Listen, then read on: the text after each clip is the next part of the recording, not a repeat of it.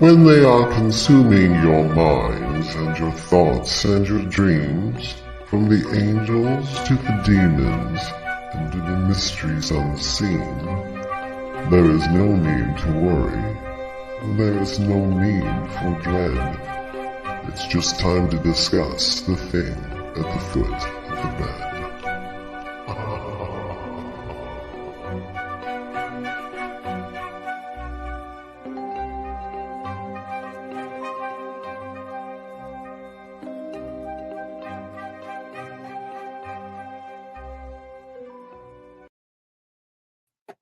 Good evening, and if you're just tuning in, you are listening to UFO, Paranormal, and United Public Radio Network, as we like to call it, UPRN, on 105.3 FM out of Mississippi and 107.7 out of New Orleans, Louisiana, to the thing at the foot of the bed. And happy July the 4th to all our brothers and sisters who are celebrating in the U.S.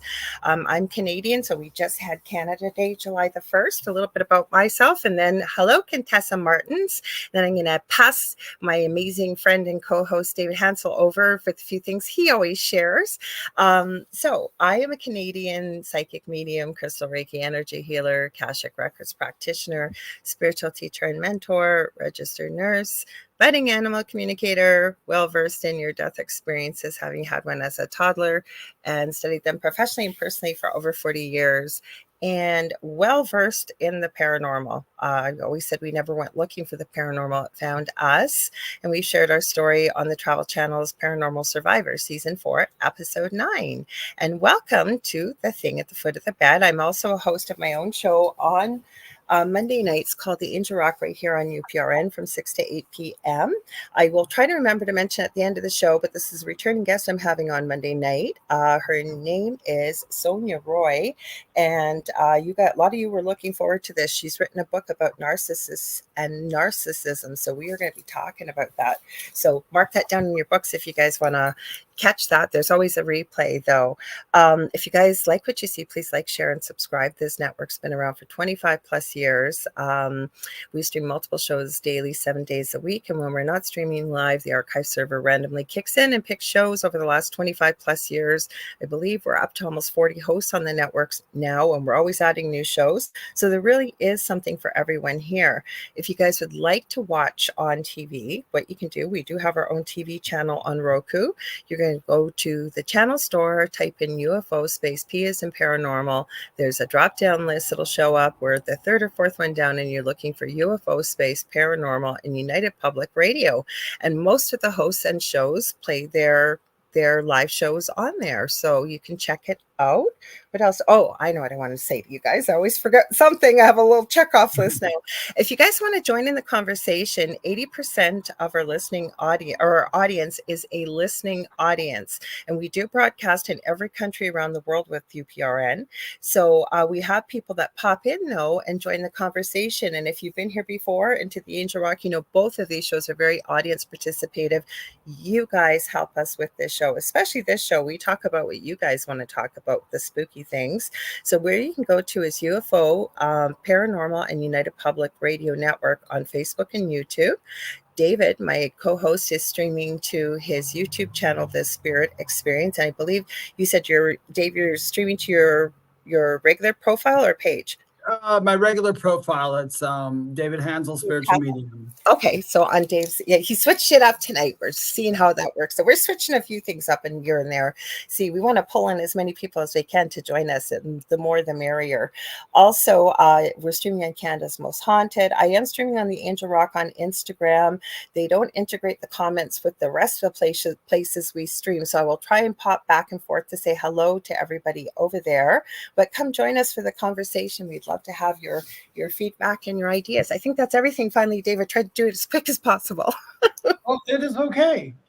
So everybody, my name is David Hanzel. I am a spiritual medium and a channel, and I'm also a near-death survivor, a near-deather, I guess some of them call us. NDE-er. Yeah, NDE-er. That's it. I'm an NDE-er. My NDE back in 2015, so it's pretty well still kind of fresh in my head. And I've been a channel for about close to 8 years now. And that is about it. Other than that, our group. Oh yeah, that's right. I always forget that. So anybody's watching or listening right now, we also have a group on Facebook, and it is called The Spirit Experience with Lorilei Potvin and David Hanzel. And it's a private group. You can go ahead and join that group, and you can see any videos that we play during our show. Lorilei puts in our group usually, and also just interesting things about paranormal stuff and fun stuff and cryptids and all kinds of whatever we have, and we have the experience, and we usually put it out there. You can also put your stuff in there as well.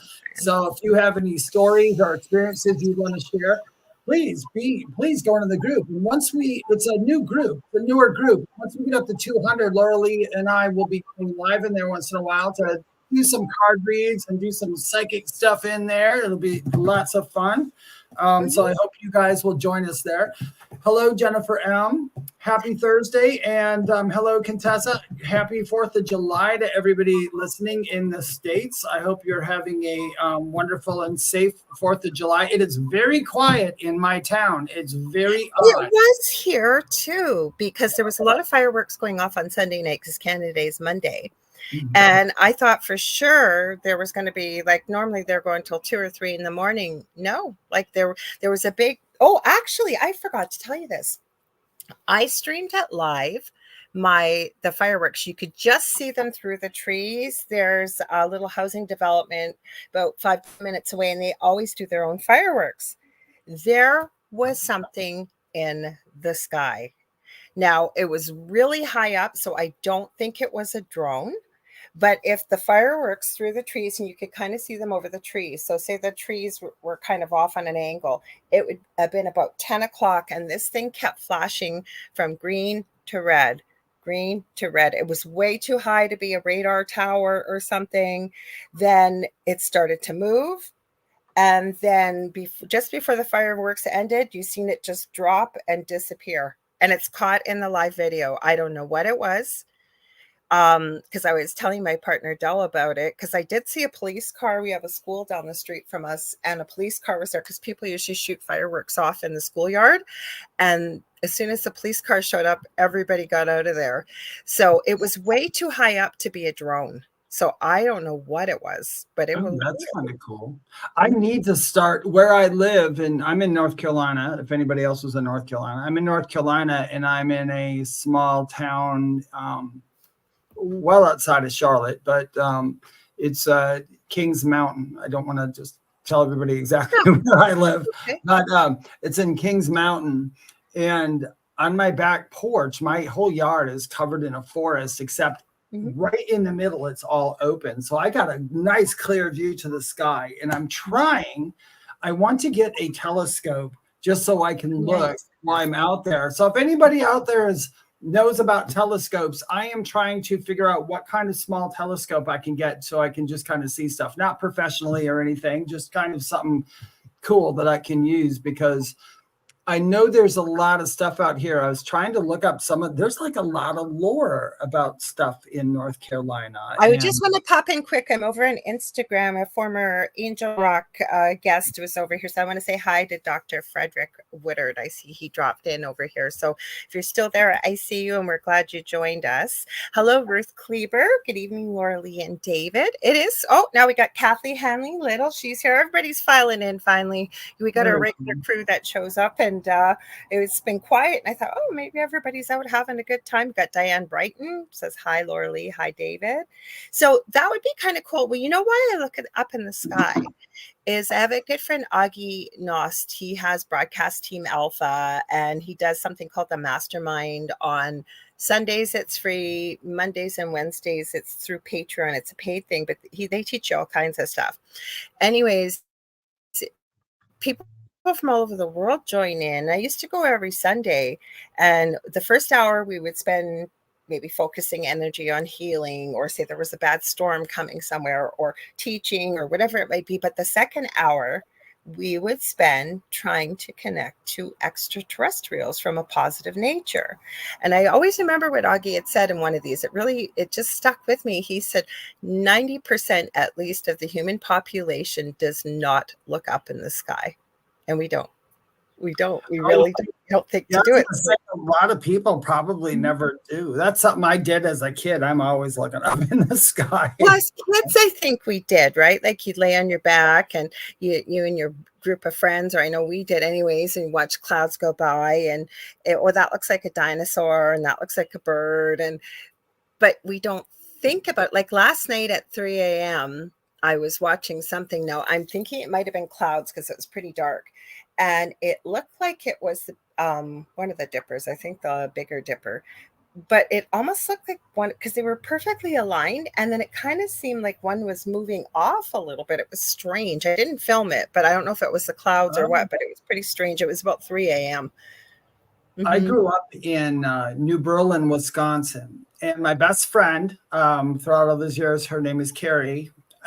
She's still my best friend. We still always talk. She still lives in Wisconsin. And when we were younger, we used to go in her backyard. She lived in this place. It was off Coffee Road, I think it was called, but it was all open. Everything is open in Wisconsin where she was. There was no contamination for lights or anything. We used to sit out at our picnic table at night and look up in the skies. And we used to listen to Led Zeppelin a lot. Ooh, We would crank up Led Zeppelin and we would just look up in the skies and go, take us. Somebody take us, please. We don't like it here. Speaking of E.T., I have Baby Yoda on my Grogu on my shirt. This is actually, believe it or not, I can't believe it fit. I bought this in the little boys department. Like not the men's department, the little boys department. I am no longer able to fit in a little boys department. No? Yeah, not me. Well, my partner Dell got these sweatpants. They're really cool. They had skulls on them. And he goes, oh, I forgot. Yeah, I'm wearing shorts till Canadian Thanksgiving. Him and his best friend do that. So he goes, do you think these might fit you? I said, like, you make me feel like I'm a house. Of course they fit me. They were big on me. Oh, yeah. It's funny, when you think about UFOs and stuff like that, it's like in certain parts of the world, like you never really think about like in cold parts of the world or warm parts of the world, because now I heard fireworks for one. I think I told you that story before. Me and a friend of mine were in really into the deep woods in Wisconsin where there's like, cannibal people. No, not really, but it was like, it's very scary, houses were like 10 miles apart and we were driving it was a snowstorm and we were leaving a friend's house. We were going back to the cabin, which by the way, cabins in Wisconsin scared the living heck out of me because every cabin I ever stayed in with my friends there always looked like it was something out of a horror movie.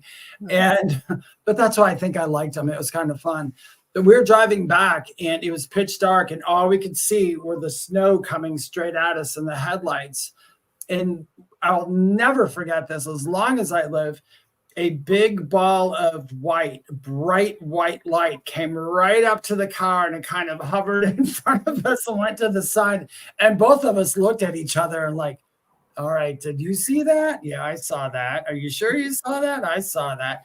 And it came around a lot, but I don't know what that was to this day because it wasn't an owl because a lot of people said wasn't an owl. I'm like, no, because I would have seen an owl. This was literally pure white, bright light. And it was probably a little bigger than a basketball.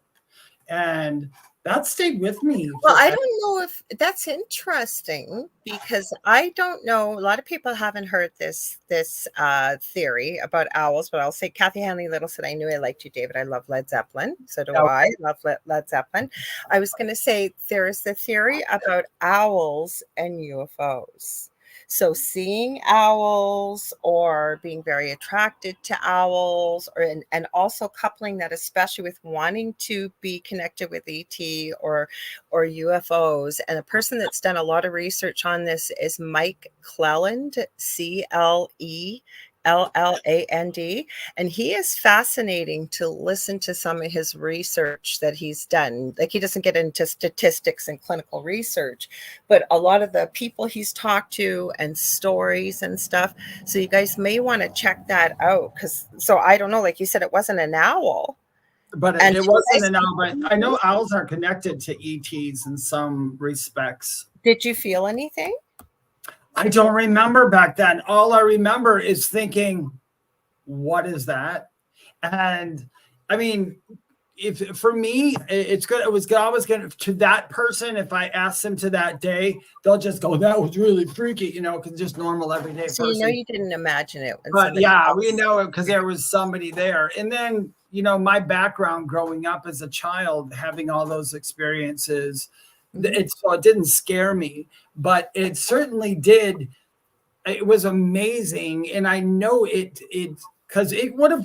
The way it was coming towards us, you thought like if somebody threw a snowball, it would have splattered on the window, but it didn't. It came right at us, and it just stayed there, and then it went around us and went. And I was like, okay. It could have been an angel letting you know it was there watching you with the snow, right? Yeah, I was gonna say that's another thing a theory that I thought of, because I was also I was talking to angels since I was a very young little child, or angelic beings, I suppose. Yeah. And because they were just always there. So what you said makes a lot of sense. We were in a snowstorm driving to the cabin. Yeah.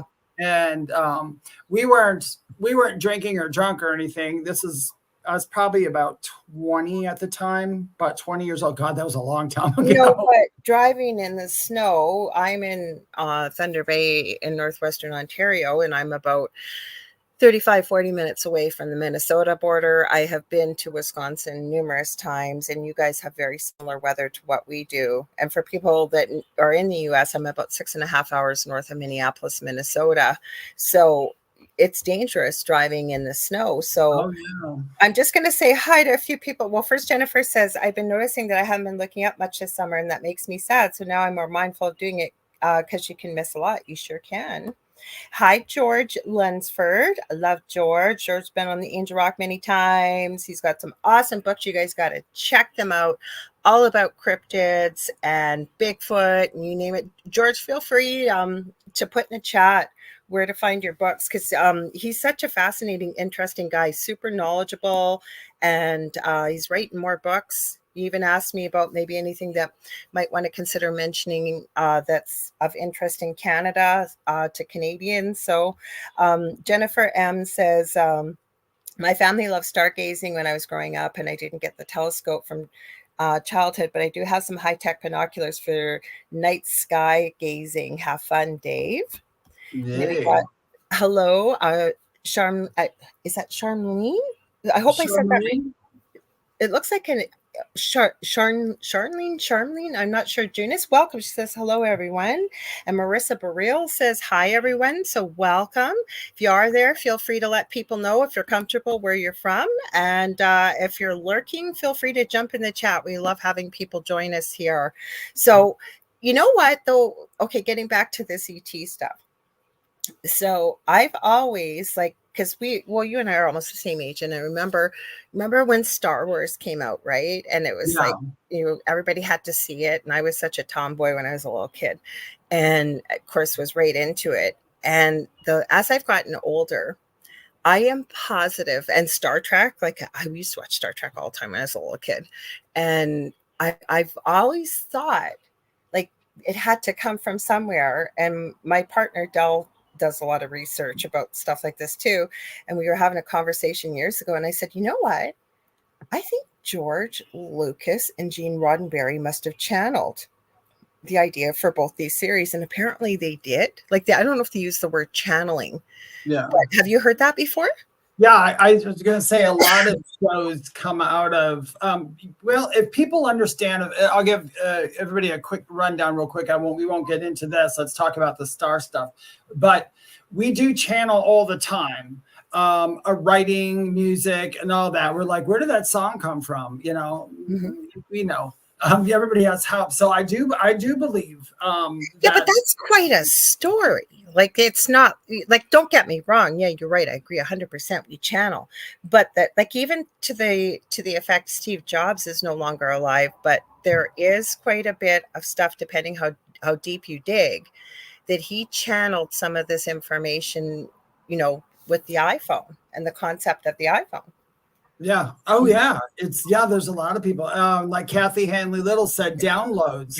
Downloads happen a lot. I can't remember who asked me. Somebody asked a question today about ringing in the ears. Oh, I think it was on my, I was doing a live today for a little bit on TikTok. And by the way, if anybody's listening from TikTok when I was doing my live today, I'm sorry.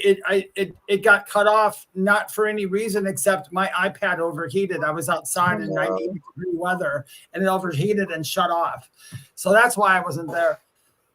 But like when people have the ringing in their ears, I mean, there's so many meanings to it. If it's not a physical thing, because there is a physical thing that happens with ringing in the ears. So, I mean, if it's not that and that's ruled out. Yes, tinnitus. Yeah. Yeah, tinnitus. I always tell people that sometimes ringing in the ears are when you hear tones and you're like, what does that mean? What does that mean? It's like, well, somebody's trying to contact you. But a lot of times, too, this is what this is. It is a download of sorts. Because that's that's where I was going to go with this. I agree 100% because spirit is here to help connect with you, to help you along the way while you're here, is the way I feel about it.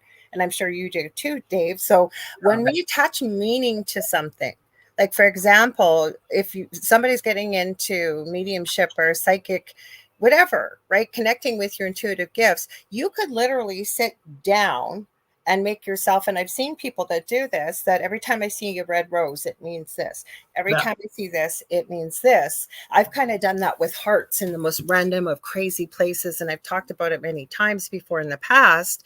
But where I'm going with the ringing in the ears, I have decided for myself that when I get ringing in the ears, again, you have to rule out it's not tinnitus, but tinnitus is usually very chronic and really debilitating. It's just, it comes out of nowhere. Unless I'm driving though, I will stop, close my eyes, breathe, and be open and literally say within the mind's eye, I'm open to receiving. And I don't ask, what are you sending me? What are you sending me? I just trust that something is being sent to me for future use. Yeah, I tell people that tone you hear, because a lot of people think like being a medium, I'm very clairaudient. So I hear words in my head. Okay, that's what clairaudience is. It's clear hearing. So I hear the words in my head, but not always. But they're not actually speaking words is what they're doing, because there's really no need for, we don't speak with our mouths. We don't need to. Yeah, but it's telepathy, right? So telepathy. And the tones are actually, one tone can have a whole message behind it. And how you can think about that is, if I were to say the word Christmas and I told you to just close your eyes and imagine Christmas, you're probably going to have a billion symbols in your head. Horses, sleighs, Santa Claus, presents, Jesus. I got a movie. When you said Christmas, I got a movie. Yeah. So you're going to get a million things from one word. That's what that tone is. That tone contains lots of information. And I think, and then the download is, it's getting to you and it just kind of stays with you until you need it. And then it will come out. And that's what I do when I receive it, is I just trust, like I say, I lean into it, if you will. So unless I'm driving, it doesn't happen usually when I'm driving. I have even said when it gets really loud, within the mind's eye, I'll say, I'm not going to say it out loud, but I will say, could you please turn that down? It's a little too loud. No. Now, Kathy Hanley Little, this is interesting. You said left side is your guides and right side is your angels. That's for you, right? That's for you. That. Yeah. And because you've put definition and meaning to it, that is exactly how you will receive it. Mm-hmm. Yeah, exactly. So that's good that you have, that you're able to decipher that. Some people can't decipher that, Kathy. You know that probably. It's kind of like when I do mediumship readings, if you ask people, I'm always looking off to the right. Everything comes in on the right for me for some odd reason. And then if it's super duper important, something will come in on the left, and that's the one that grabs me. So if somebody can't get my attention on the right, it seems like they'll come in on the left. But that's just how it works for me. It doesn't mean... And I don't do it that way. For me, I'm very clairaudient too. For people listening, they're going, what the heck's clairaudient? We have many clairs, they're called, how we receive information as human beings. And I think it's not just spiritual, right? But clairaudience is used with the spiritual field. It's when we hear, I always say, within the mind's eye. So it's not like we're here. Sometimes people hear voices. It just depends, right? Your guides are going to work with you and your angels, I think, in the best way that you are able to receive it and understand it, accept it, and interpret it. Yeah. So for me, I just hear it. It doesn't come in one ear and out the other ear, but that's the beauty in it. We're all individual and we're all unique, and we're all going to receive it in the best way when we are open to receiving it, that they will send it to us. Now, this is a good question that you asked Contessa Martin. She said, do downloads happen at any time or more when you are sleeping? They can happen at any time, but say you find it very disturbing and you're sleeping, you could ask your guides to please not wake you up while you're sleeping if you're waking up with a download. If you're not, just accept that you're getting it, and it's easier to come through that way when you're sleeping. You're more open. I think the whole thing is with ringing in the ears or downloads and all that is not to overthink it. Just let it happen. That's why I was trying to say it. I think you were, Dave. Like we don't sit there and say when you get the ringing in the ears, oh my gosh, what are you sending me? What is it? What is it? What is it? It's just being open to receiving it, knowing it's coming from your team, if you will. And when the time for you to discover, you may not discover what it is, but you may all of a sudden notice that maybe one of your, as I call it, gifts, and Dave does too, maybe it's a little bit more fine-tuned, or maybe you're getting more evidential proof. Now that's just one, like not even a percentage of what could be sent in the way of a download. Yeah. The more I work, because being anybody who's watching you does what Lorilei and I do, and I'm sure there's a lot of people who do, will know that we're constantly working and refining these gifts, okay, that we have. You have to. I mean, everybody comes in with them. The only difference between us and anybody else is that we decided we had the calling to refine these gifts and remember to use them. Pretty much is all it is. But what I want to remind people, Dave, is if you're feeling that call and you're feeling the call, you're feeling the pull, you can remember too. Okay, it's like riding a bike. Now, if you haven't been on a bike in 40 years, you're not going to be doing a marathon. You're going to have to build up to that. So you start working those muscles again. You work with different mentors. You do a lot of reading. You do a lot of connecting with people within, this type of genre field, and you can remember. Yep, you'll be able to. And the next part of mine actually goes exactly with our next comment here, which is whenever my ears ring, this is from Charlene Junis, whenever my ears ring immediately for a few hours, something usually strange happens at night, like I hear Ethriel singing. That's beautiful. I totally understand that because I work on my clairaudience a lot, and you can ask Lorilei. I'll say, okay, I was hearing stuff the other night.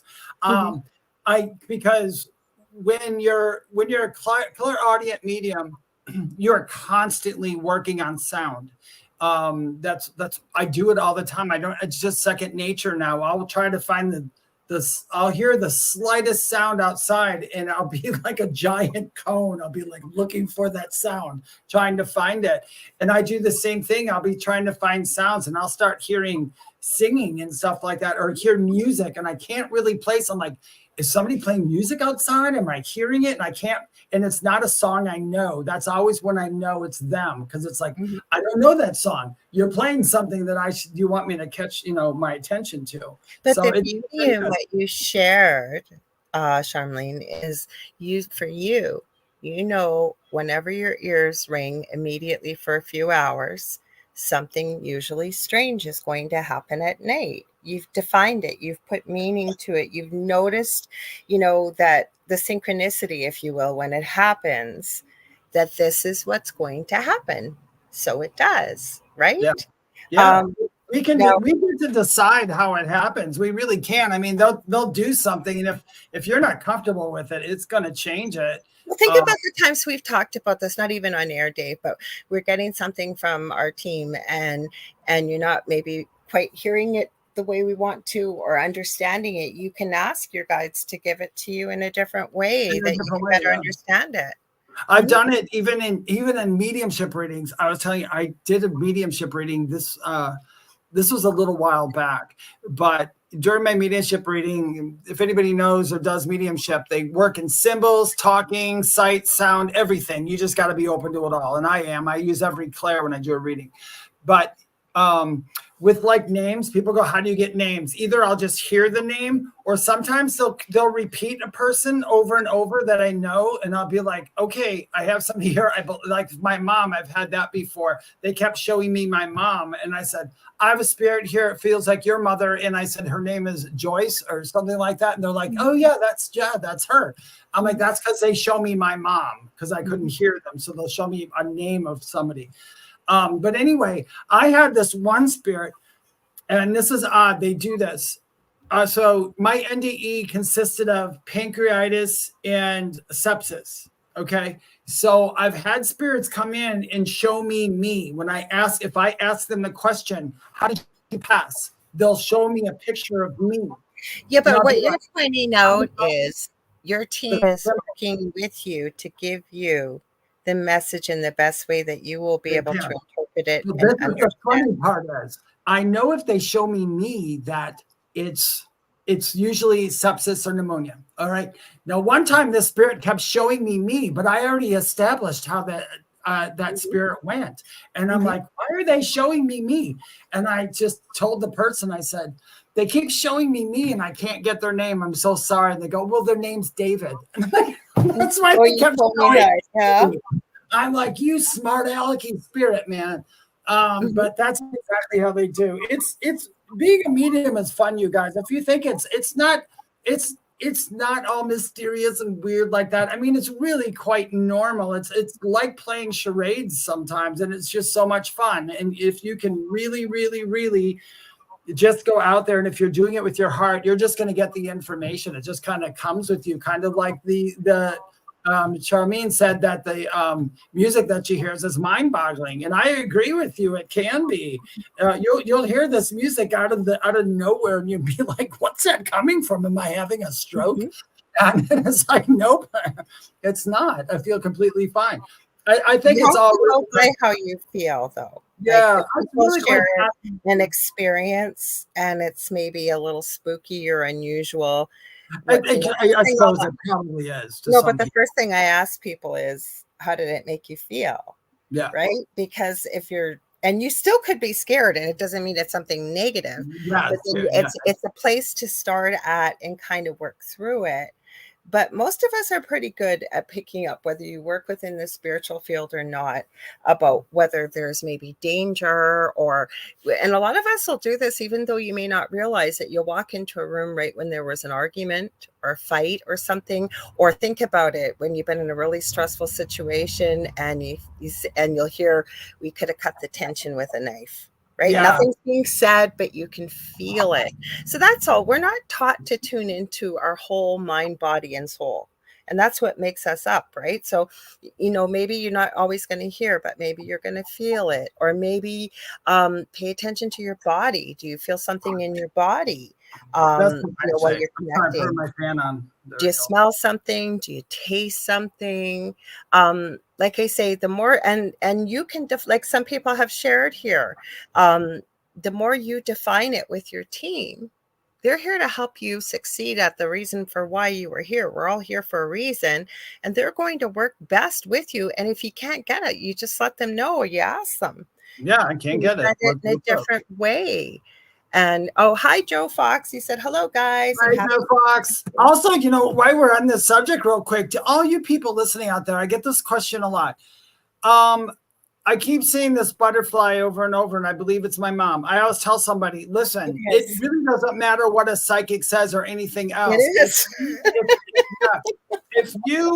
If you have an experience and it made you think of somebody, then I want you to know that somebody wanted you to think of them. And that's all you really need to know. You don't even have to second guess it. You don't have to get a reading to find out. I've had people do that. I had one person get a reading, but you have those tricky ones. I had a woman come in one time and she's like, I said, do you have any questions for your loved one? She goes, can you do me a favor? Ask them what sign they're sending me, because I keep getting one. And I said, oh, and that's like one of those trick questions, and I'm saying, so I was sitting there and I asked the spirit, I'm like, they want to know the sign you're sending. And their spirit said, well, they already see it. They know what it is. And I said, they want me to tell them. So they showed me. And I said, oh, okay. And I said, well, I've just got to tell you, you're supposed to pay attention to all the little birds that are coming into here. And her face was like, She's like, that's it. I'm like, okay, there you go. So, but you know what? It is what Lorilei said. However you feel when you encounter something, go by that. Go by that. That's one of the first questions. And we've got a few people here. Michelle's over in Australia, Friday morning over there. She says, good day, listening at work. We got Natu Haunted. Okay, Charlene said, I was wondering if anyone has ever experienced the symptoms of sleep paralysis without feeling paralyzed. So in other words, someone touches them at night, hearing whispers, etc. Yep. Yeah. Doesn't mean you're I don't know how you could call it, though. Maybe I'm not understanding, because it wouldn't really be sleep paralysis if you didn't feel like you couldn't move. Yeah. Right? Sleep paralysis scientifically is your body puts itself in a state of kind of just paralysis. The reason it does that, a lot of people will say, is so you don't act out your dreams. Because when you have dreams, your body might want to move with them, and that could be dangerous. So that's what sleep paralysis is. Sometimes some people wake up before the sleep paralysis, they wake up too early. And some people have a different definition. Some people, and I'm not saying this is everybody, but a good rule of thumb for me is some people will wake up early and they'll be like, I couldn't breathe. I get it. If you wake, I've been in that position. I was in that position in the hospital when I was in the coma, in and out, where I woke up, and it took me a long time to recognize it. I kept waking up before anything else, and I'd wake up and I couldn't move. But you were medically induced. Medications. Then I did have sleep paralysis does happen. Okay, I can tell you it happens. And even though I'm a nurse, I am telling you from personal experience with the paranormal. And yes, that is the scientific definition. You gave the clinical scientific definition of what sleep paralysis technically is. Yeah. But I can tell you, it hasn't happened very often. It was in my old home. And very interestingly enough, it happened 3 times, once on one of my birthdays, where I was laying there and I could not move, and I could literally feel hands around my throat and could not breathe. Yeah. Eventually, I could move and get up, and I still had that feeling. It can happen. I have seen it happen. Is it common?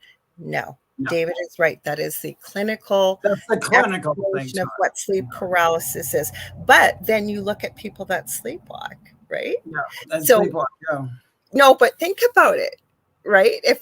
We're all different, but is that not functioning for people? Then will they dream? Well, if you're sleepwalking, you're not in that deep state, though.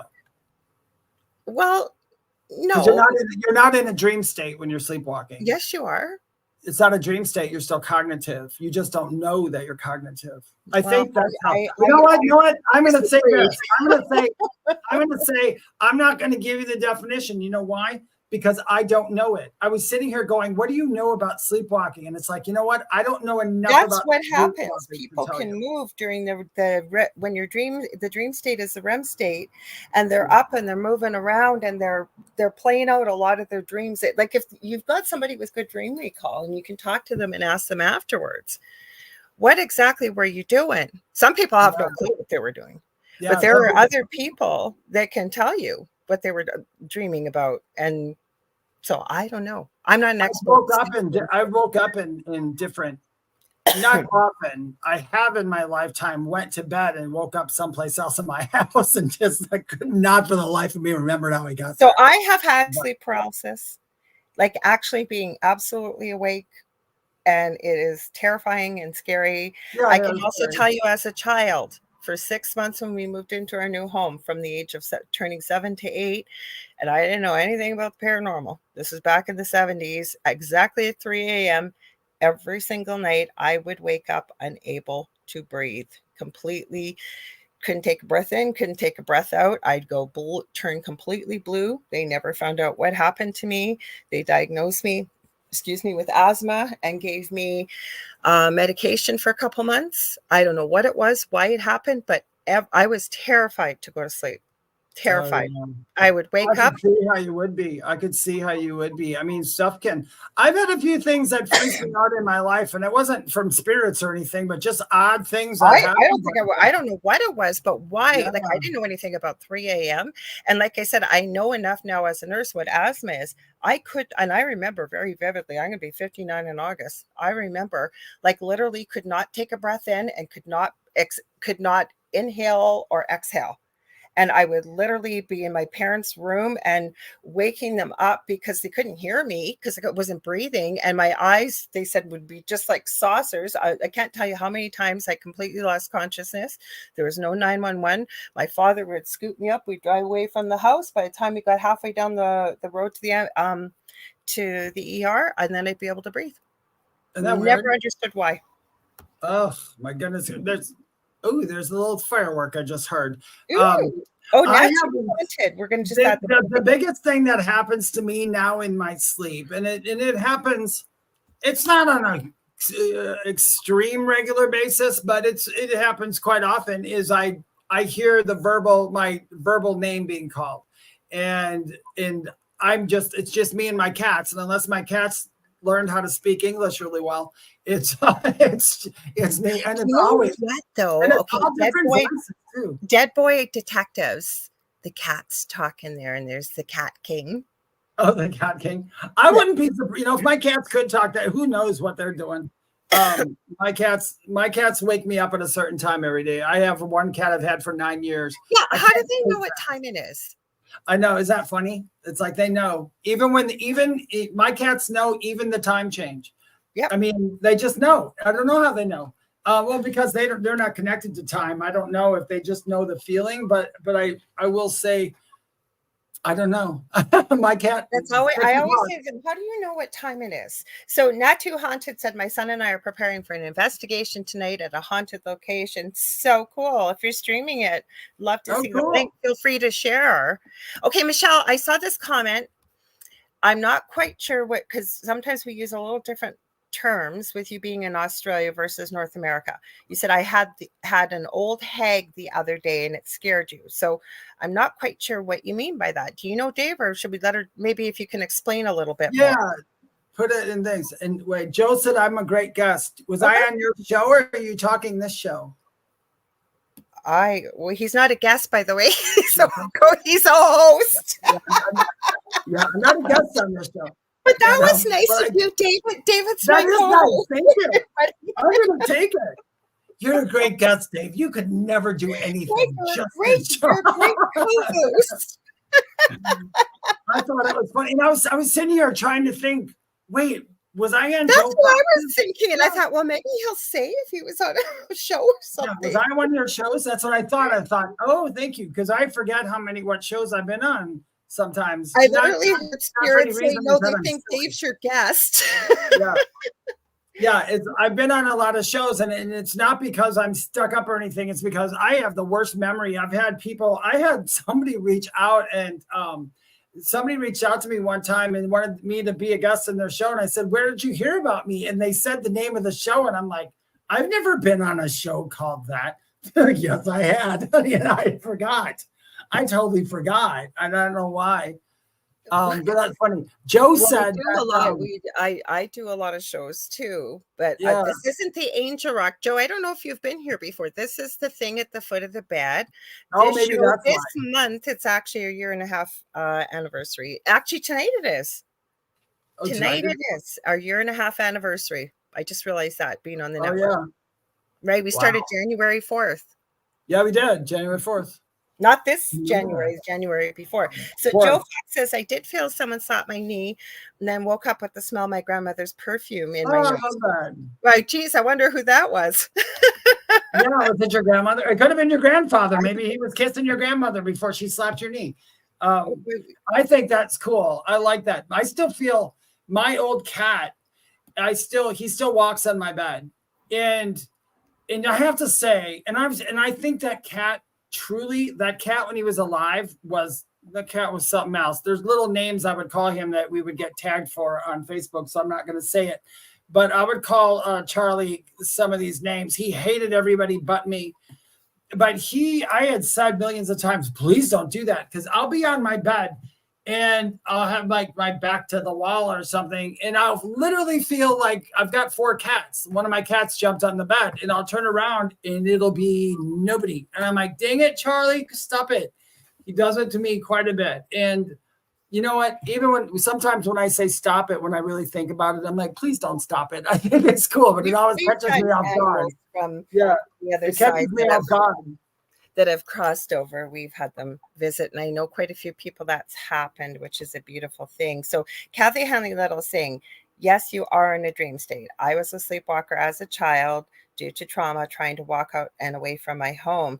Just the only reason I know a little bit about it, my ex-husband didn't sleepwalk, but he had sleep apnea. So he went to the sleep clinic, and they had been given quite a bit of information about different types of sleep phenomena and issues that people have. So see, good thing we did ask Michelle. Michelle says old hag is sleep paralysis. I like that. I'm going to start calling it that from now on. So Joe says he watches Sean Kelly a lot on this network. Sean Kelly, I don't know, Dave, I don't know if you've met Sean. I know Sean. I think I met him right when he came on the network, so I've known him for quite a while. It's my 5th year anniversary on this network, actually, next week. Next week. I don't know a lot of people on the network. I know Michelle. I know Joe. I know Carrie Lynn. I know other people. I probably just can't even say all their names. Is what it is. We've got so many new hosts. We haven't met them yet. We will. I think the only reason I get to meet a lot, because we have to produce our own shows. So people that are new on the network and learning. So I'm a backup person for Michelle and Joe. So I like doing it, because then I get to meet all the new people. So that's why I like it. Thanks, Joey. Says happy anniversary. So I did get some spooky stuff to look at. Unless you guys are free to keep asking questions, you guys, because you know what, we do this show for you guys. So whatever you guys want to talk about. But the one thing I think I am going to mention that we were talking about before we started, because I've been running into a lot of people having these issues, is boundaries. Because a lot of people that are in this field, especially, not just this field, but maybe empaths, very empathetic and stuff, is boundaries. And all I'll add to that is that sometimes it's okay to say no. Yes, it is. And not always jump. And I was sharing this with David, because that's one of my lessons to learn in this lifetime. I know it. I do know I am terrible with boundaries. I know most of us in this field are, but it's a question I asked Spirit how I could be better at it. And what they said to me, and I don't know everything, and if it resonates, great, and if it doesn't, that's okay too.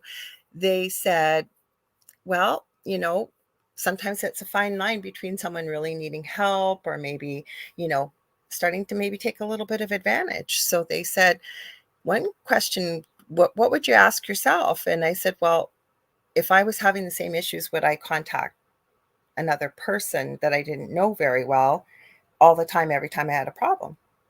And to myself, I answered, no.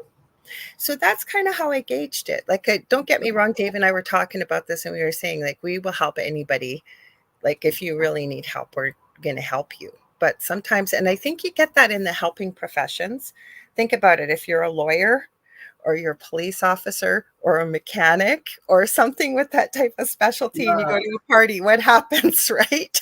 It took me a long time. I do a lot of, if you guys, anybody listening, if you go to TikTok, I'm at Medium David Hanzel on TikTok. I have a lot of people who impersonate me. So make sure there's like over 95,000 people. If it's under 95,000 followers, it's not me. But anyway, I do a lot of lives, and some of the questions, and I just pull cards doing it. I don't do my mediumship reading on TikTok. I only do mediumship readings usually in private, just because I think they're very private. Unless, like, I've been with Lorilei on TikTok and somebody's come through, and I don't say no, But I've had a lot of people, they'll always come in and say, does Larry love me? Is Joe thinking about me? Is blah, blah, blah, blah, blah. I'm like, how in the heck would I know? I said, I can tell you your future, and I can probably tell you that, but I had to get boundaries. I would always say stuff at first. I wouldn't know how to handle it, but now I just tell people straight out, hey, does it really matter? If you want to know if they're thinking about them, just go ask them. I always tell people too that and even when they're coming for a reading, and I will usually ask them, and for us, less is more. Because the more you tell us, the more is it coming from what you told me. So it's always better, less is more. But I will ask people the general gist of a reading. And I'm glad that I do, because you will get people who are really having a really difficult time. And maybe they've had a breakup and they're hurting, and they want to know why, and they want to know what their ex is doing and who's this other person in their life and stuff. And the thing I always tell people is, you know what? Could we go into another person's energy? Absolutely. Yeah. Will we?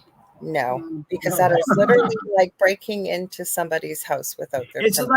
For me, it's kind of creepy. It's like being a peeping Tom. I would not want somebody else psychically looking into my life. And I will say this. I'm one of those people, though, if you're trying to psychically go into my life, it's going to be very, very difficult. Where I was going to go with this, too, is, Dave, I will say to them, if you want to know from your perspective how you can heal from this, or what did you learn or take from this, it can certainly help work with you to try and figure that out. But no one, it's exactly what you said. Same thing. I like the peeping Tom thing. I like the breaking in, because that is breaking into someone's house. It is. I'll tell a quick story just so you guys know. Kathy Hanley said most mediums don't do relationships. If I'm doing mediumistic stuff, I'm cool with it, but I'm not doing psychic stuff or whatever. I really don't mind somebody asking me. I'll get them what they need to know. But a long time ago, this was back in the group we shall not speak of. I was doing Voldemort group. The Voldemort group. I had a lady who literally, she didn't want to talk on the phone for this mediumship reading. And I said, I do him in person. And she said, can you please do an email? And I said, yes. And she said, do you need any details? And I said, no, please don't tell me anything. So otherwise it's not going to prove anything. So I came back, and we had to write back and forth, which was really annoying. But I wrote her back and I said, yes, this gentleman came in, and this gentleman, passed away in a car accident. And I said, there was another person with them. And I said, I believe it was a woman. She comes back. Oh yeah, I know who that is. And what that was. She right away wanted to know if he was cheating on her. Yeah, that's a question woman. We get asked a lot. Yeah. And this had just happened. Now, here's the deal. Spirit gives us free range. We don't have to say it. They always leave the discernment up to us. We can get the information. Whether we say it, we know better, and we're going to do it. So when I got the information, and yes, he was with her, I said, how's that going to help? Yeah, I just told her, I'm not getting anything on that. All I can tell you is that they're both fine. And we went on. And then I said, I'm going to give you, because she wanted to know all this extra stuff. And I said, that's about all I'm going to get. I really can't get any more on that. So I said, I'm just going to return your money, which I did.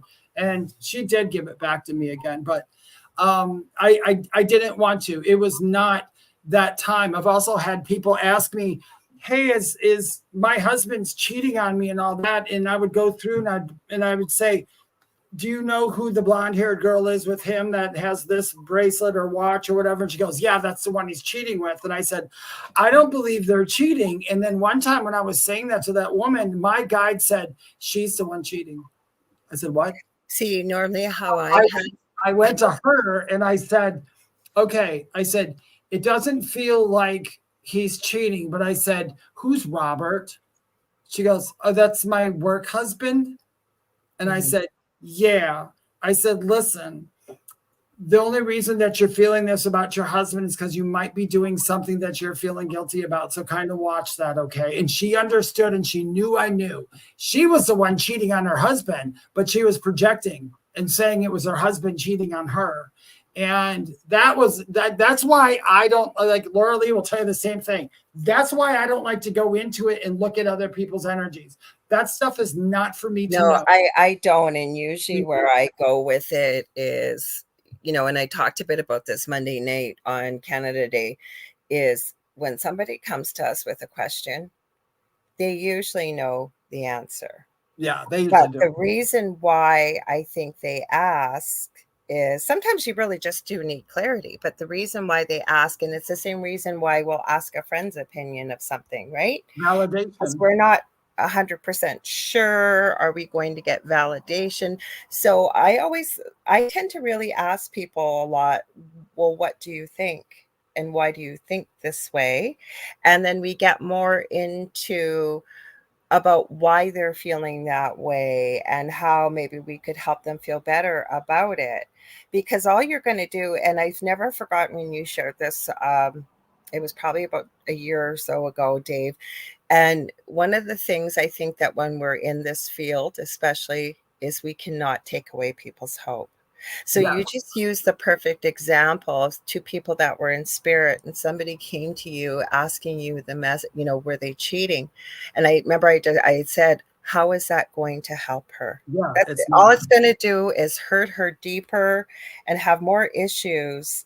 That there'd be nothing she could do about it, right? The only way I would have told her the truth is if it had been like 10 years and she was just not getting over it. I might say, listen, you can get over it and it's good for you to move on because this person, would want you to. I probably would. I still, even if I played it like I was just playing it in my head, I still wouldn't do it because it's not going to solve anything. And the same thing is we're not always 100% right. And I tell people that. We can get pretty accurate at times, but we're human beings too. Plus, especially, it was so funny, David and I were doing free readings on his channel one time, and I said, yes, and I don't like to read the future. I don't do. And what did I answer the next question? Like something about next week or whatever. Yeah. But usually what I preface it with, and I know Dave does too, is in this moment, because there's many different timelines and versions of things. Just remember, when a psychic reads your future, I'm going to tell you, any psychic, and one, if a psychic goes, I'm 100% accurate, just take your money back. Run. Run. I have to say, I give myself a pat on the back. I'm pretty accurate, but I'm not 100%. And here's why. When you tell somebody asks about the future, when I look at that from a psychic sense, look into your future or look at that stuff, it's going to show me from where they are now. That's what I said, in this moment. This moment. Yeah. The next day, you could change your attitude, or next week, you could find out that person was a real scum and no, you don't ever want to marry them again. So we don't know. I think the only way you can get a bit more accurate is possibly by going in the Akashic, but even the Akashic changes. No, with the Akashic records from doing them myself, and now I've been taught and have many friends that do it as well. How I do it, we go in through the heart space as well as use crystalline energy, and we ask questions and we follow it up with further questions. Now, can we work with one of the masters, teachers, and loved ones, as I've been taught to call them?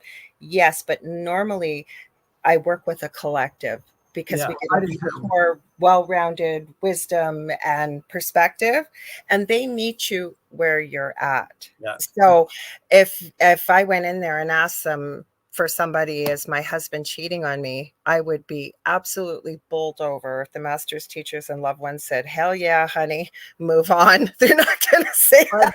They're probably not, they won't say that. I have had like the collective, say something to me in the order of, we cannot interfere with their free will, so we can't give you that answer. Mm-hmm. And I'll be like, I totally get you. But I said, where they are, where would they go? Like to ask that question a little bit differently from a different perspective. Yeah, I do. That's what I do. Yeah. Trust me, you guys, this isn't something you learn overnight. I mean, it's like it takes a long time to talk to a whole lot of people there and go through a whole lot of stuff and and then you got to figure out your own beliefs and what you believe and what they believe and what the belief systems are. So but it's wild. I love it. I wouldn't not do it. No, I love doing this too. Now, Kathy Hadley Little says it depends on the path that is taken after the read. Exactly. You said that beautifully, Kathy. So I don't know. You want to get into something? We're already at 20 after 8, you guys. Fastest 2 hours of my week besides the Angel Rock, I swear. Well, what's the one? Do we got something maybe spooky? We talked spooky. I want to say hi to Reiki Life Coach. I don't know if they're still there over on Instagram, but thank you so much for popping in if you're still there. So let's see. What have I got? Well, you know what? I was finding some spooky stuff on Bazaar Bub. There was a lot of stuff coming up on the Appalachians for some reason.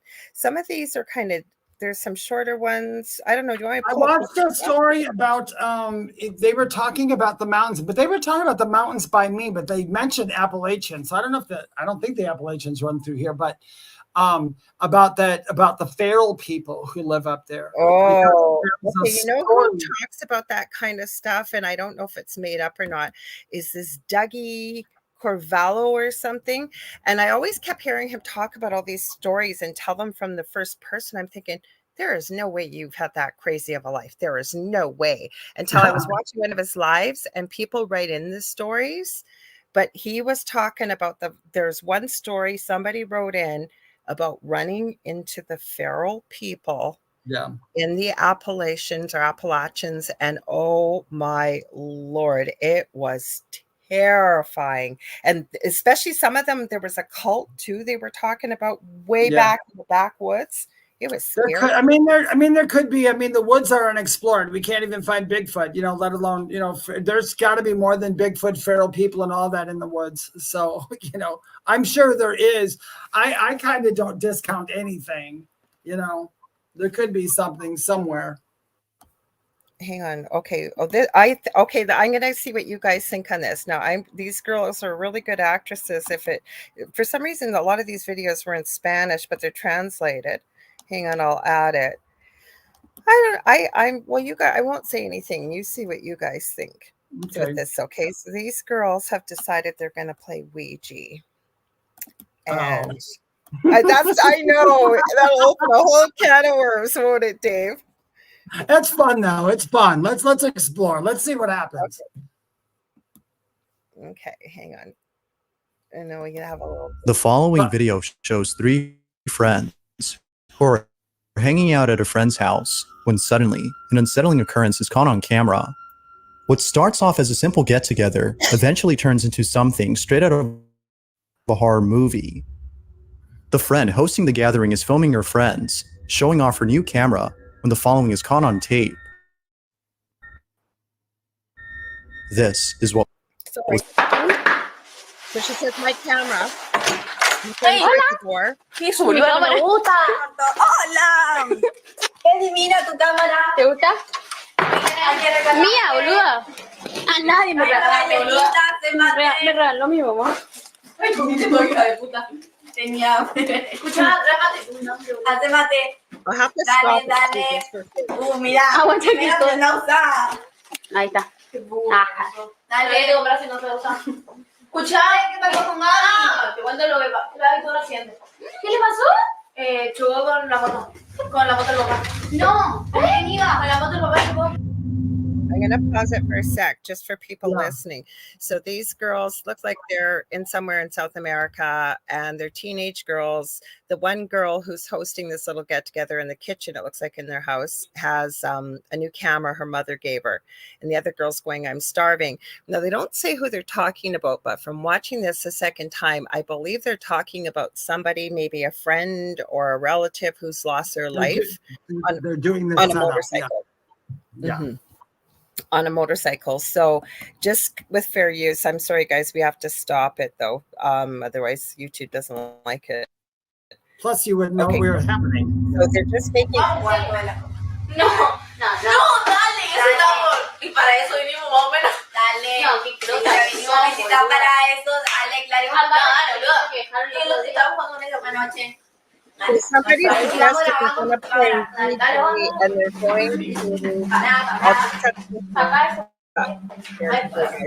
going to play Ouija, but they're going to use her new camera and film it. Now the girls, I was expecting them to pull out a Ouija board, and they don't. They pull out a glass and a piece of paper. So this is when it finally starts up here. It's a DIY Ouija.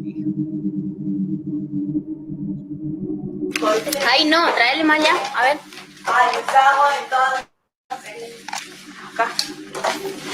What makes me think it's like a little bit more real is what happened. Ahí. Más frío, tu mate. It's not the spooky part. They get it Ahí. angry with the friend in the cave, Más o menos. what she does. Ahí. Ahí se deja, ahí está.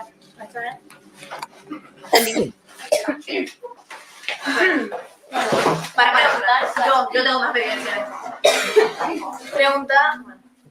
¿En serio lo que está pasando? Sí, en serio. Because they really know how to use it. ¿Hay alguien en esta casa? Just ask if No, anyone no in the jodan, ¿en house. serio se movió? No jodan, en serio. Viste, vos sos boluda. Ay, no. Okay, I'm gonna stop you before the thing happens. But what happens for people listening? The three friends are sitting down. They've got one or two fingers on this glass. It looks like an upside down, not a wine glass, kind of like a juice glass. And they just asked in Spanish, is there anybody here? And the friend in green who's hungry, she made it move. So they're mad. The other two girls are kind of walking away from the camera, but the camera's still filming. So now this is where the part is. Watch the glass. Fue una joda, basta. Pero boluda, no.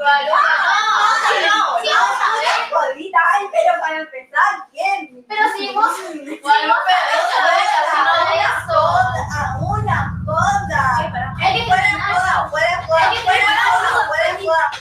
boluda. Estoy mintiendo, no estoy jodiendo. Para aclarizar. Eso se movió en serio. Sí. Hay que terminar. Agarrar. No, mira. No, boluda, dale, que tengo miedo, boluda. Now, in case you missed it, towards the end of the video, moments before the lights go out, the wine glass can be seen moving on its own once more before one of them notices. It was at this point that they realized that they probably shouldn't have played with the makeshift Ouija board, as they were deeply disturbed. Not much else is known about the video since the original source is unknown.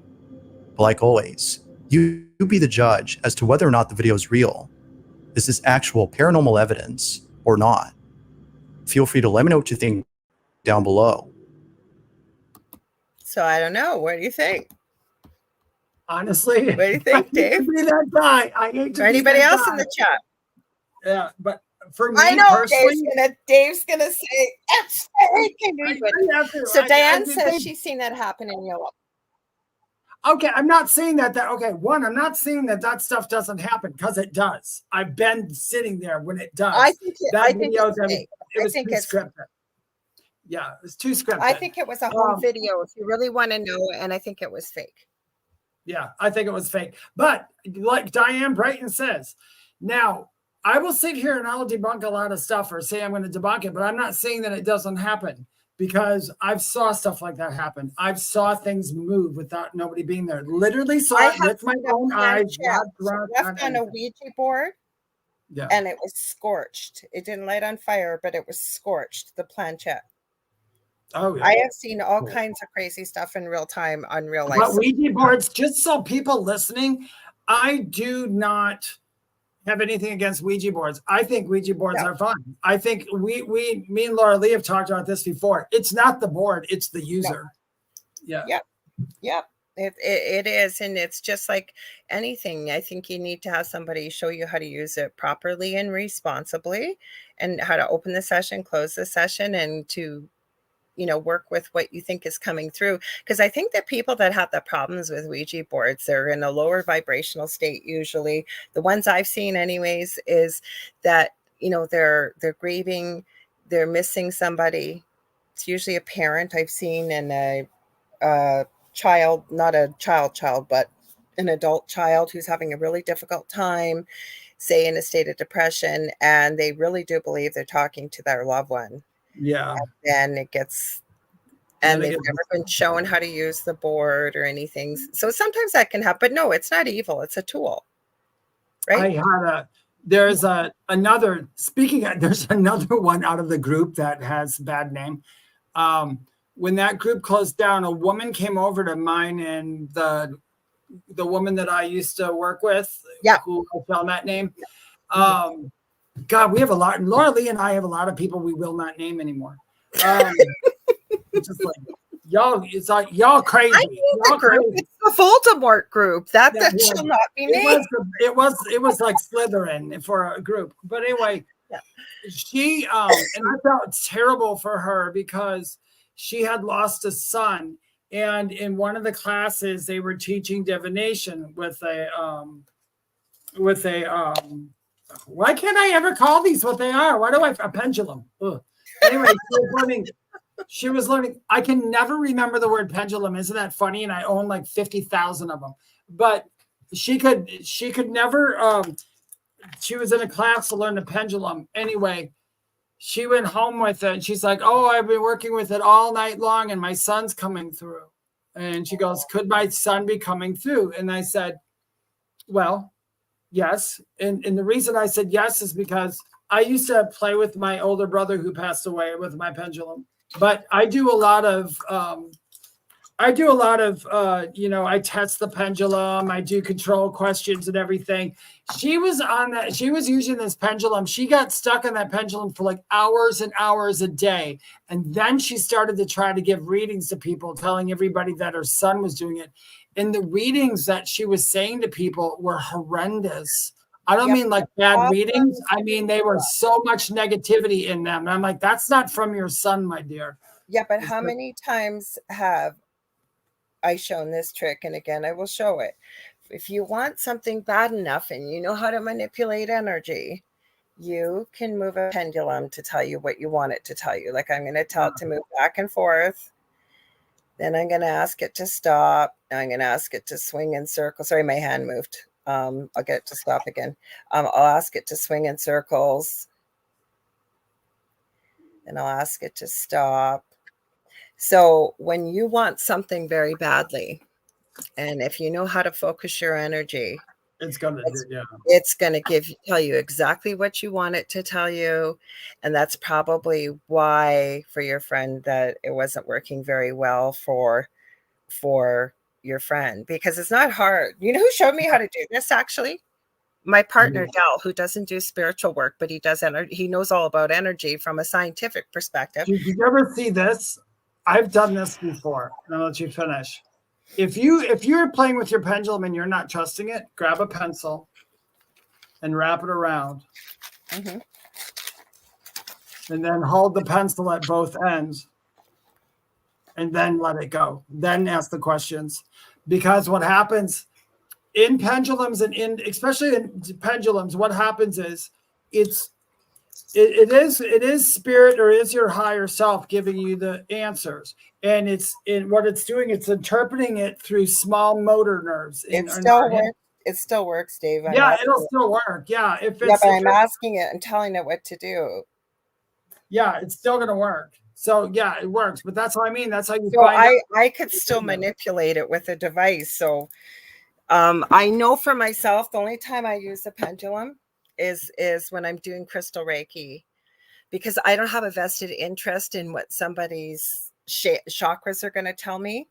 But lots of people can do it. They use pendulums to tell them where they've lost stuff and whatever. I know for myself, I can't do that because it'll show me where I think I might have left it or what I would have done. So I can't use it for that. Now my body, like say I'm asking too, if I'm out and I want to know, is this certain brand of vitamin good for me or whatever?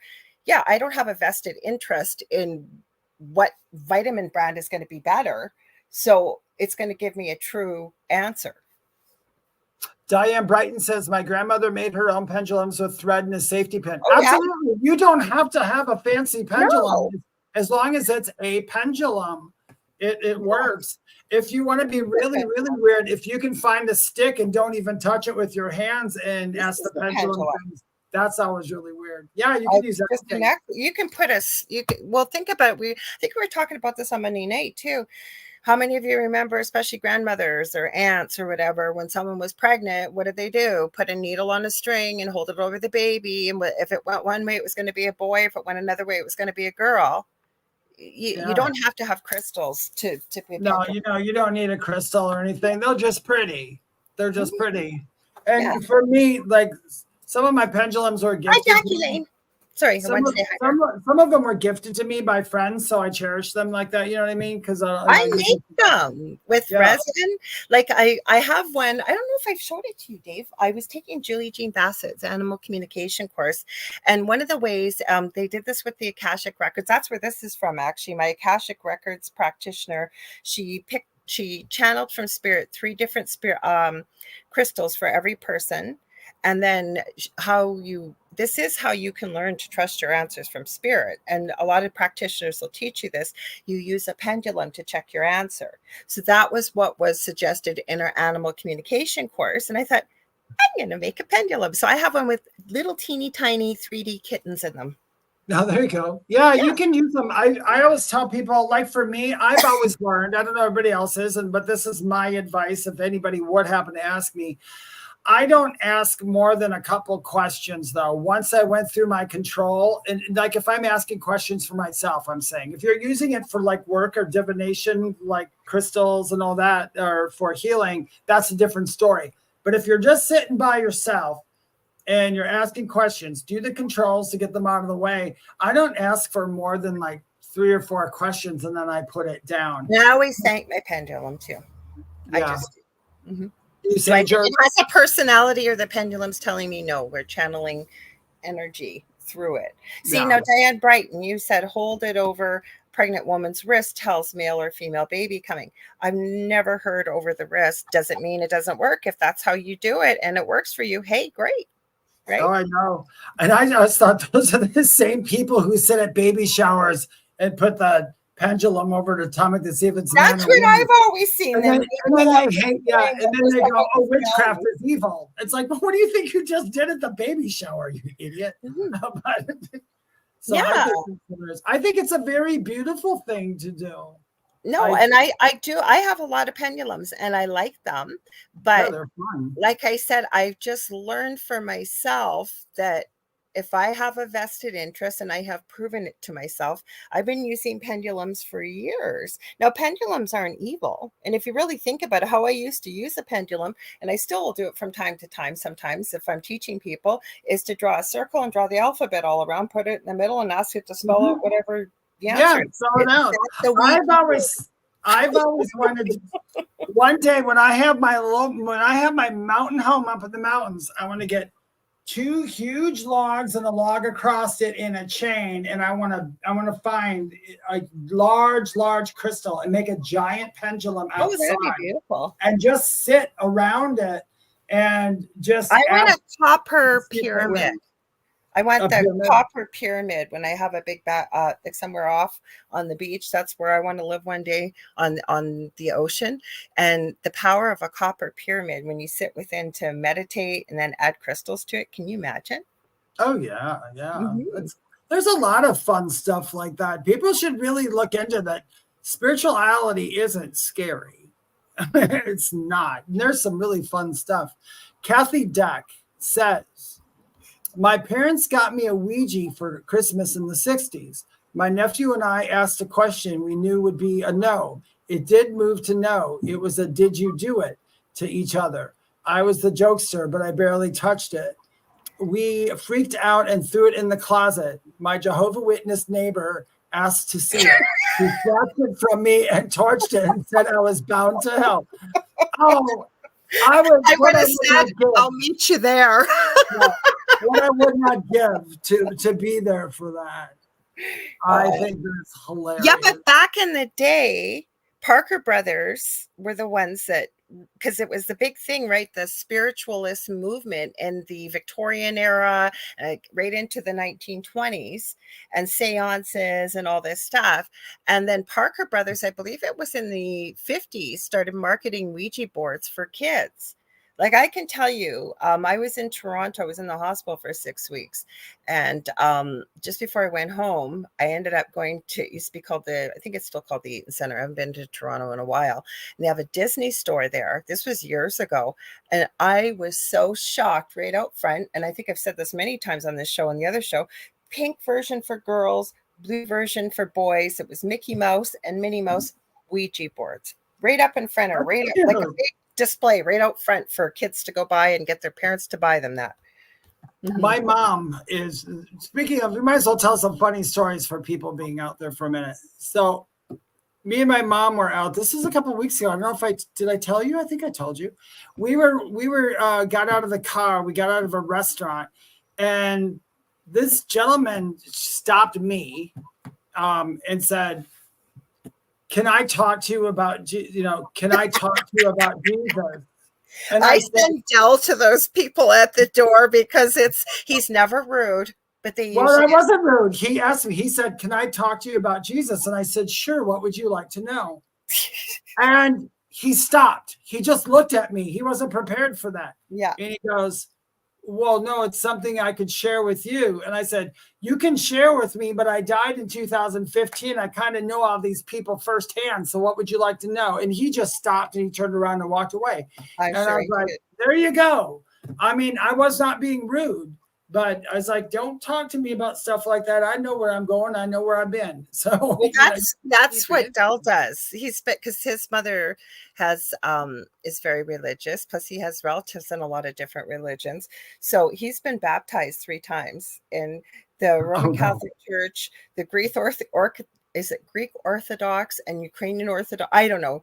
Anyways, he knows the Bible much better. If you saw Del, you would never think Del knew the Bible. You've met him, Dave. He's got hair down to his butt. Everybody thinks he's a biker or something. He's not. He knows the Bible much better than me, being Roman Catholic at one time and forced to go to Catholic school and the whole bit. So I usually send him out there. And like I said, he's never rude, but people usually end up leaving, kind of like what you just said, with the conversation he has with them. Oh, I didn't know that, Jackie. Jackie says that Disney markets tarot cards too. Now, oh my goodness gracious. I didn't know that. So, mind you, I have a copy, not the deck, but I could make my own. I have the file for the Peanuts tarot deck. It's super cute. And also Hello Kitty, because I love Kuromi. Where's my Kuromi? I said that one day when in another office, I want a big, huge rug that is a Ouija board, and I want my coffee table and to look like a planchette. And I think that would just be so cool. And then like that bubble in the middle. Yeah. Well, so Contessa says they sell them at Toys R Us. Now, the interesting thing about Toys R Us, because I have been hooked on this new toy that's out, and it's called Miniverse Make It Minis. And what it is I couldn't believe they were selling this to kids, because I do resin, and it comes in a little ball, and there's a whole thing. It tells you how to get exactly what you want, and you can get food, or you can get little teeny tiny turtles and fish and make a whole aquarium, but it's with resin. And it never came with any safety warnings about resin or anything. And they pulled them off the market. But my whole point so that's why I've been at Toys R Us. But I've noticed Toys R Us is starting to really navigate towards an older genre. Like I know at ours, they have now a whole section on vinyl for records and really adult type t-shirts and stuff. That's just been in the last year. So I'm not surprised if they sold them at Toys R Us. I've not seen a Ouija board though but I'm in Canada, so I don't know. Not that Canada doesn't sell them. I'm just saying I haven't seen it at our Toys R Us. Yeah, we don't have a Toys R Us where I am. So the Toys R Us were torn down years ago. Hey, you guys, that was so weird. You guys lost a lot of them in the States, and then they came over to Canada. Yeah, the last Toys R Us, I think, was not in Gaston County where my parents lived. There was one there probably I think it went away about maybe 10 years ago. Ooh. Probably about 10 years ago. I like having it here. Okay, so this is interesting. This video here. What time is it? We got probably time for one more video. So give me this till I hate the commercials on YouTube, but it is what it is. Oh, this was weird. Actually, I'd love to show this one. It was another one I was going to show. Well, I won't say anything. I'll show it, and you all tell me what you think. But holy cow, this freaked me out. Now, I have seen this before. Share screen. And listen, and to all you people listening right now, just remember this. Lorilei posts all these videos in our group, The Spirit Experience, on Facebook. So if you want to see these videos, they'll be in there. Okay. I was going to show I haven't shown the latest Nuke's Top 5, but he's actually had some better compilations. This is on Bizarre Bub on YouTube. Kathy says there are no Toys R Us in the US. Yeah, I was going to say. Oh, geez, I got to read this. Because, okay, we dressed up as Kiss. Because my brother and one of my cousins are 1 month apart. Anyways, my other cousin, she was too young to go with us. At Halloween, we dressed up as Kiss. Back in the day, that was so perfect. We looked like we were part of Kiss. I'm not kidding. We spent months on the costume. We had another cousin where our aunt was very, very religious, and she wouldn't let we were actually mean to him. Now I think of it, we were teasing him because he couldn't listen to Kiss. Because Kathy Deck says, the neighbor also told me that the band Kiss stood for Knights in Satan's Service. Not the first time I've heard that before. And freaked when she saw my shirt, said each one represented a demon in hell. I'm sure I was whispered about a lot by the neighbors. Right. Which demon looked like the kitty cat? Oh, that was Peter Cress. I know. That's what I mean. That's like a demon kitty cat. Woo. You date Diane. What one did you date from Kiss? She says she dated a guy from Kiss. Kiss is still kicking.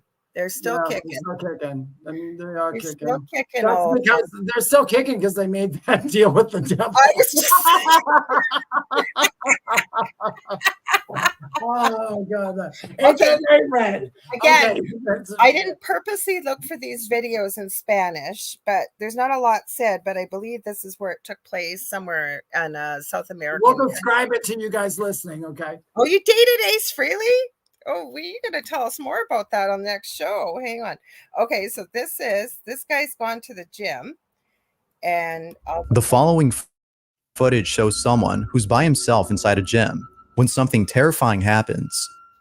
Emily Ruiz, who suggested the video, writes, "Words cannot explain this disturbing footage. The person in the video had obtained this recording from the gym and sent it to a friend who we hear speaking in the video. This is what was captured." Es que pasaron cosas muy extrañas, la madre, hasta una máquina se movió. Vea, mire, explíqueme eso, vea, dos cuerdas y ¿qué vas a ver, mami? La otra quieta, o sea, no podemos decir que es el aire, ni que hay ventilación, ni nada de esas vainas. Eso es como y en plena luz del día, ¿quién dice que estas maricadas pasan en plena luz del día? I'm going to mute this and read it because, okay, so what this guy was saying, just so people know, listen to the Spanish if you're listening, or unless you speak it, is this guy's alone in a gym and some things start moving. So there's people reviewing the video speaking in Spanish, and they're saying, well, this couldn't have moved, even though the window's open. That's basically what they were saying, because it's not in English till we get to Bizarre Bub. So they were hanging like ropes or something. Yeah. Okay, so something about the light. I'm just going to read the subtitles. Look. So they're saying, look. Watch the medicine ball. That's a heavy medicine ball, like really heavy. It says, how did it move? Those are really heavy. It's still moving. Watch the guy, though. What happened? Okay, now I got to put the sound back on. And they're going, no, that's not normal, because Bizarre Bub's going to start talking. Those who've seen the footage were left unsettled by this terrifying encounter. At the start of the video, we can see that someone or something is peeking at this person. This is something you might have missed.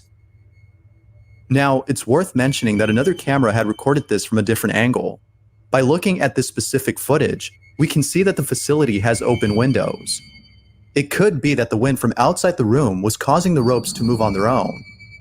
But if that were the case, then other things in the room should have moved as well, especially the towel on the box, which appears light enough to move just a bit, but it doesn't. The wind could also explain the ball's movement, but mind you, this is a medicine ball. It would take more than just a gust of wind to be able to move something this heavy. But what's even more baffling about this footage is how the person gets dragged across the floor. It could be that he was doing this on his own, moving his body in such a way to make it seem as though he were being dragged. However, a closer look at this scene shows that he was jerked in a forceful manner, which is almost impossible to do on one's own. Other things in the video remain questionable, such as lights turning off on their own, or whatever this is. I'll leave it to you to come up with your own conclusion on this footage. Feel free to let me know what you think. What'd you think? I don't believe it. I thought it was pretty weird. But I thought it was really good though. I did. I mean, you know what? I don't know how the guy could have. I don't know. I do know that there have been people that have been pulled by spirits. It doesn't happen very often. I know that, and I do agree that can happen. But there's literally like 50 videos of people getting pulled by spirits in all different ones. But there is a guy on TikTok. His name is Mitch. I know they debunked one. Literally, they got so good with putting in. They actually showed how they do this.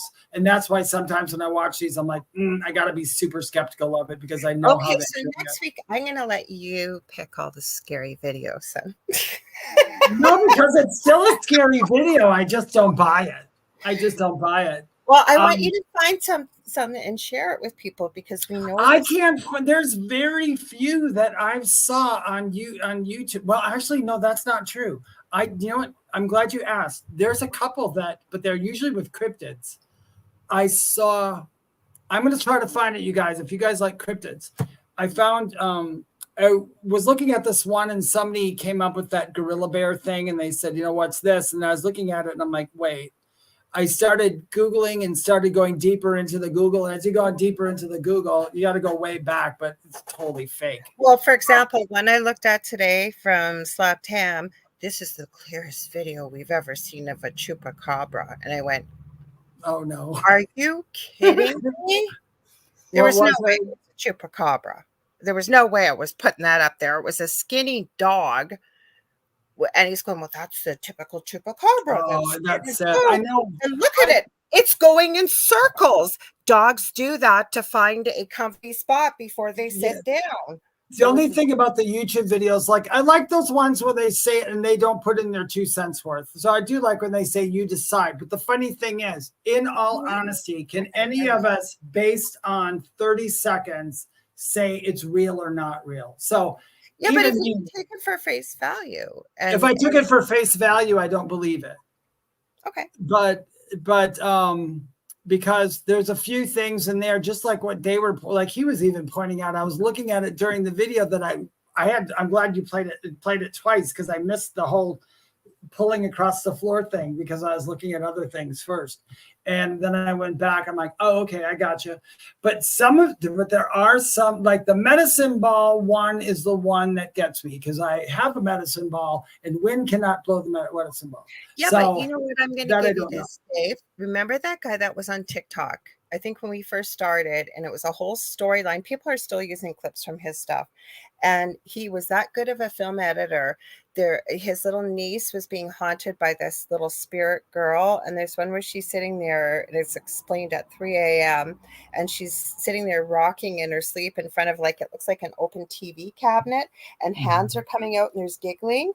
You can't see a cut in that video. And he runs calling her name, and you see him look in the cabinet and there's nothing there.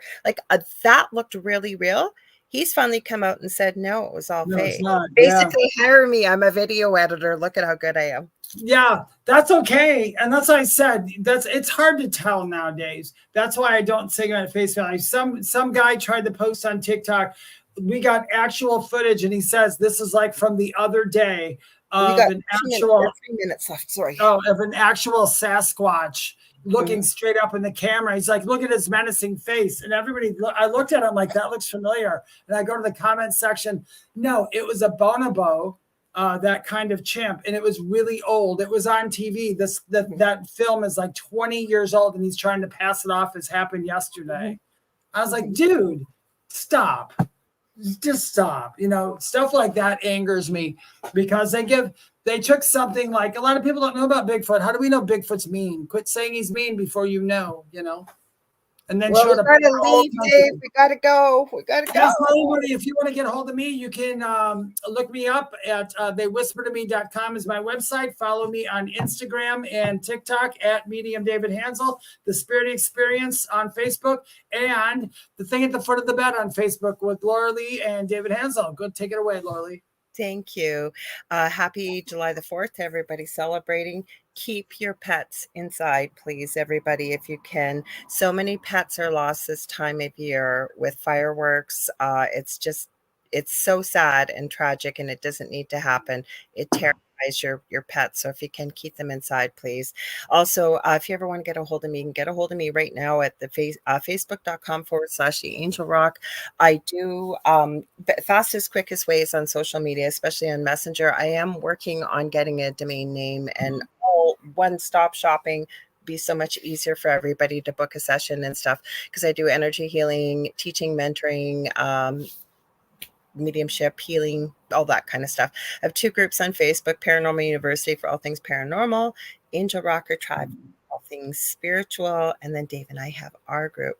Don't forget to tune in Monday night. The Angel Rocker have a returning guest, Sonia Roy, and she's got a new book out on how to work through with the healing process with narcissism and how to recognize the whole bit. So that's 6 p.m. It's in high demand.